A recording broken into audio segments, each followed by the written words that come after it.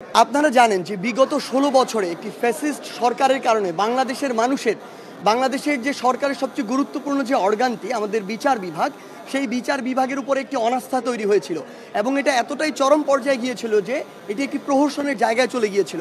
আমরা বিশ্বাস করি একটি দেশকে যদি সামনের দিকে এগিয়ে নিয়ে যেতে চাই তাহলে সবচেয়ে বড় আস্থার জায়গা হওয়া উচিত আমাদের এই বিচার বিভাগটি। সেখানে রাজনৈতিক মতাদর্শ প্রতিফলিত হতো, সেখানে কার সাথে কার কোন সম্পর্ক ভালো সেগুলো প্রতিফলিত হতো। সেই জায়গা থেকে যে সত্য এবং ন্যায়ের যে পথ, যেটি আমরা বিচার বিভাগ থেকে প্রত্যাশা করি, সেটি ছিল না। আমাদের জায়গা থেকে প্রথম মনে হয়েছিল আমাদের এই সরকার গঠনের পরে, এই শপথ গ্রহণের পরে সবার প্রথমে যে কাজটি করতে হবে ওই বিচার বিভাগে হাত দিতে হবে। এজন্য আমরা আমাদের জায়গা থেকে প্রধান বিচারপতি হিসেবে এমন একজনকে নিয়ে কথা বলেছি আমরা বিশ্বাস করি যার গ্রহণযোগ্যতা এই মুহূর্তে পুরো বাংলাদেশে সবচেয়ে বেশি, এবং শুধু বাংলাদেশ না পৃথিবীব্যাপী যার একটি সুনাম রয়েছে। সেই জায়গা থেকে আমরা বিশ্বাস করি তার প্রতি পুরো দেশের মানুষ তাকিয়ে রয়েছে, কারণ বিচার বিভাগের প্রতি যে অনাস্থাটি তৈরি হয়েছে সেটি অবশ্যই ফিরে আনতে হবে।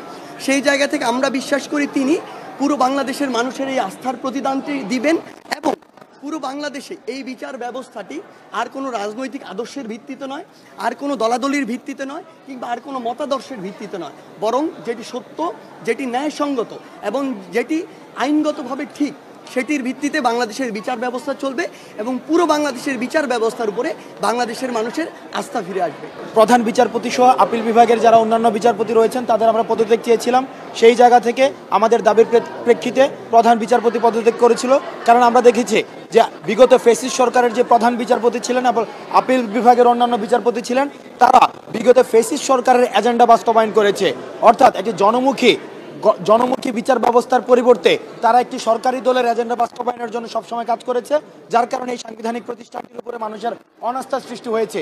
যেহেতু আমাদের কথা অনুযায়ী, আমাদের ছাত্র নাগরিকের দাবি অনুযায়ী প্রধান বিচারপতি সহ অন্যান্য আপিল বিভাগের অন্যান্য বিচারপতি পদত্যাগ করেছে, এবং আমরা যেহেতু আমাদের যে বর্তমান যাকে বিচারপতি নিয়োগ দেওয়া হয়েছে, আজকে যিনি শপথ গ্রহণ করেছেন, আমাদের জায়গা থেকে একটি দাবি ছিল, প্রত্যাশা ছিল যে উনাকে বিচারপতি নিয়োগ দেওয়া হোক, কারণ আস্থার জায়গা থেকে, নির্ভরতার জায়গা থেকে এবং যোগ্যতার জায়গা থেকে, দেখুন উনি অক্সফোর্ড থেকে পড়াশোনা করে এসেছেন, উনার বাবা শহীদ ইশতিয়াক আহমেদও আমাদের যে মহান মুক্তিযুদ্ধ স্বাধীনতার যে অ্যাসপাইরেশনাল বা আমাদের যে অনুভূতিকে ধারণ করার উনি সারা জীবন ধারণ করেছে।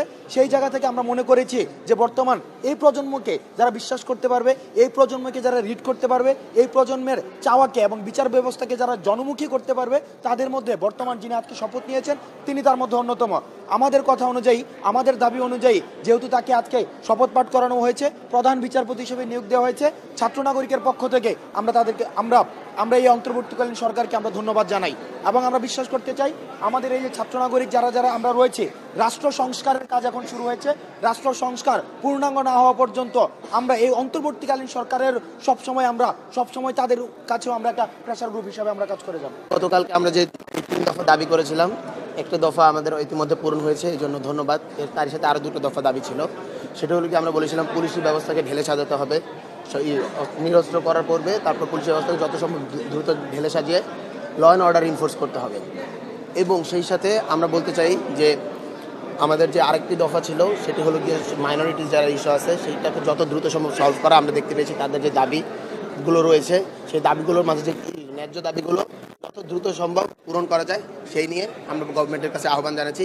এবং আমরা বলতে চাই যে ক্যাম্পাসগুলো, হলগুলো, শিক্ষা প্রতিষ্ঠানগুলো যত দ্রুত খুলে দেওয়া যায়, কারণ শিক্ষার্থীরা অনেকদিন ধরে বসে আছে। আমরা ছাত্র প্রতিনিধির জায়গা থেকে বলতে চাই ক্যাম্পাস, হল এবং শিক্ষা ব্যবস্থাকে যত দ্রুত আবার রিফর্ম করা যায় এবং রিফর্ম করে আবার এটাকে সচল করা যায়, আর সেই জন্য আমরা গভর্নমেন্ট এবং উপদেষ্টা মণ্ডলীর কাছে আহ্বান জানাচ্ছি।